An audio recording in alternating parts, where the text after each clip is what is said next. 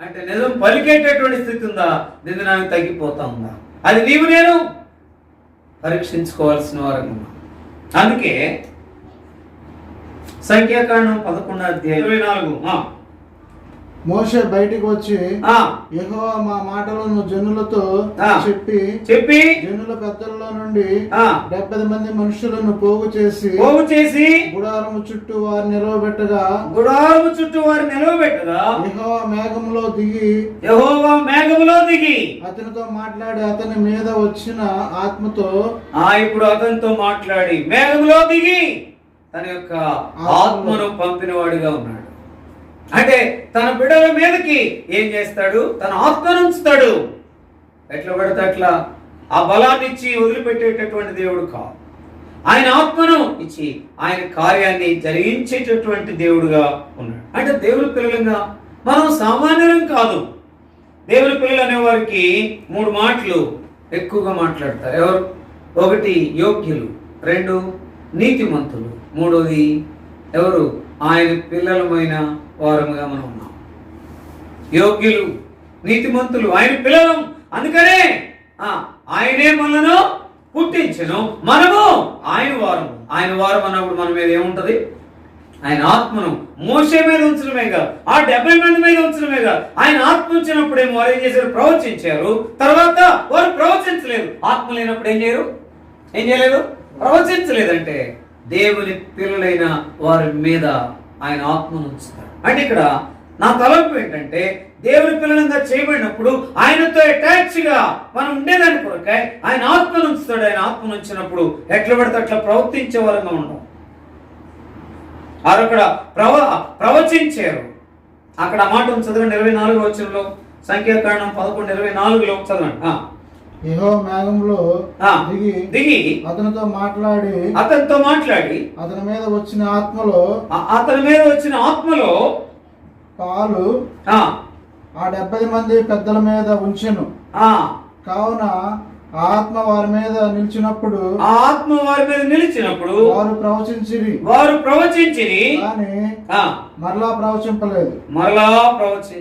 ఆత్మ ఉంచినప్పుడు మాత్రమే ఏం చేశారు?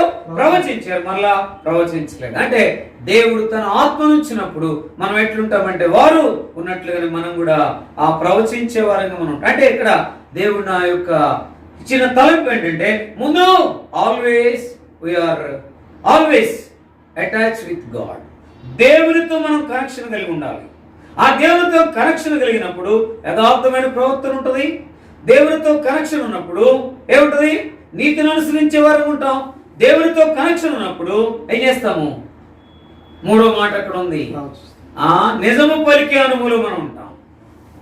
అంటే అక్కడ వారు ప్రవచించిన అనుభూలు ఉన్నాం. ఇక్కడ యేసుక్రీస్తు ప్రభులోకి వచ్చిన ఆ బాహుబలం పొందుకున్న మనము ఎట్లా పడితే అట్లా కాకుండా క్యారెక్టర్ని కాపాడుకుంటూ ఆయన కొరకే మహిమకరంగా జీవించాలి.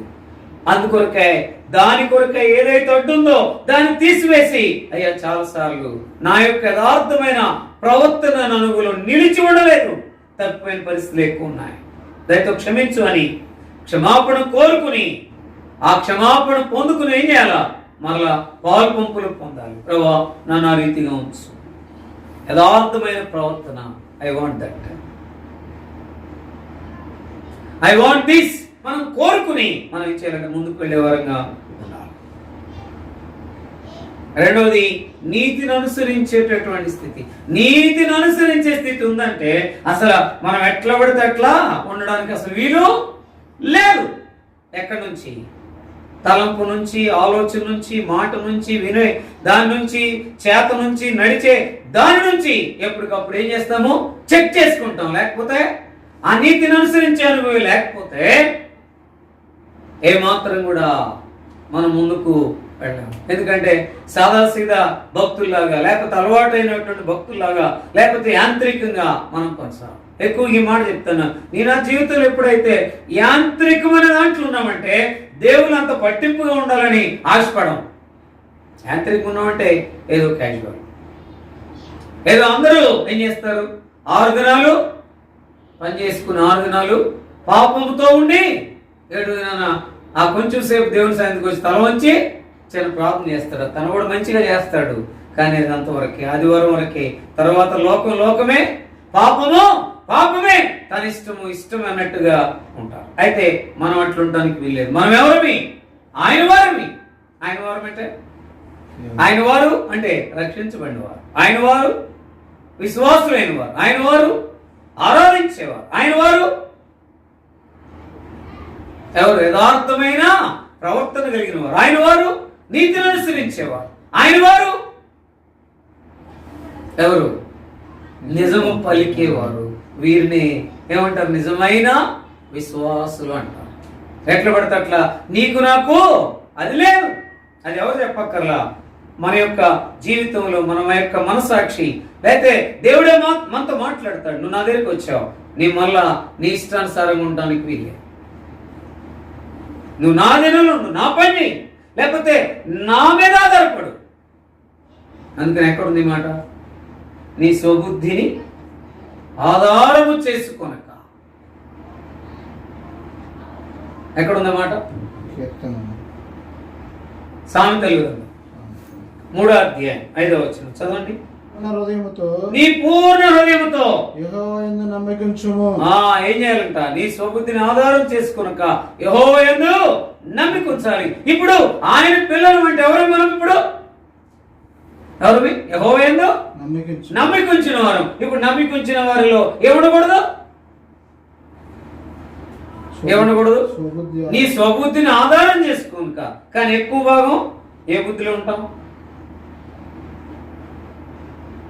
ఏ బుద్ధిలో ఉంటాం చెప్పండి?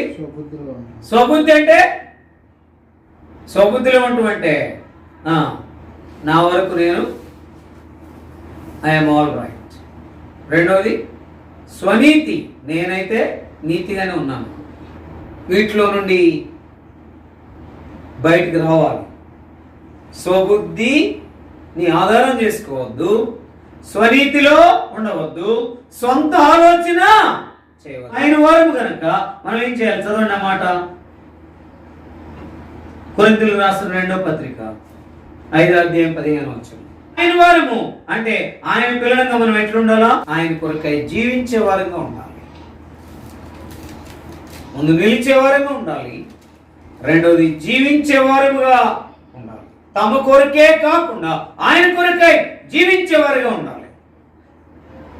అందుకనే హెబ్రీయులకు రాసిన పత్రిక 12వ అధ్యాయం 1-2 వచనంలో విశ్వాసమును కర్తయు దాన్ని కొనసాగించబడిన యేసు వైపు చూడాలి, లేకపోతే సులువుగా చిక్కులు పెట్టే పాపంలోకి పడిపోతాం. ఇప్పుడేం పర్వాలేదులే, అదంతా చేయాలంటే ఇప్పుడు చేయలేములే. అలా చేసామంటే మనం ఇంకా ఈ లోకంలో జీవించలేము. కానీ ఒక ప్రక్క సాతానుడు ప్రేరేపిస్తా ఉంటే, రెండో ప్రక్క నా వైపు చూడు. దాంట్లో ఉండాల్సింది ఏంటి? విశ్వాసమునకు కర్తయు దాన్ని కొనసాగించేవాడినైనా యేసు వైపు చూస్తే చాలు. యేసు వైపు చూడమని, నా వైపు చూడమని ఆయన అంటే, ఆయన వైపు చూసేవంటే ఇక అంతే సంగతి అనేవాళ్ళు లేరా? ఎంతమంది ఉన్నారు? అందుకని మనకున్న సమయాన్ని ఎక్కువ భాగం ఆయనతో గడుపుతానే వాళ్ళు ఉన్నారా? వ్యక్తిగతంగా లేరు, కుటుంబంగా లేరు, సంఘంగా లేరు. ఏదైనా సమయం దొరికిందంటే వ్యక్తిగతంగా ఎంజాయ్ చేస్తారు, కుటుంబంగా ఎంజాయ్ చేస్తారు, సంఘముగా ఎంజాయ్ చేయడం అంటే నలుగురు కూడారు అనుకోండి, ప్రార్థన చేద్దామని రండి వాళ్ళు ఉన్నారా? నలుగురు కూడితే వాళ్ళేంటి, వీళ్ళేంటి, ఆయన ఏంటి, ఈయనేంటి, ఆమె ఏమేంటి అని చెప్పుకోవడమే సరిపోతుంది తప్ప ఆధ్యాత్మికమైన రీతిలో ముందుకు వెళ్ళడం అనేది లేదు. అందుకని దేవుళ్ళు నిలిస్తే ఆ లోకం అనే దాంట్లోకి నువ్వు వెళ్ళవు. దాని తర్వాత దేవుని కొరకే జీవిస్తే ఇక లోకం కొరకు జీవించే ఆశ ఉండదు.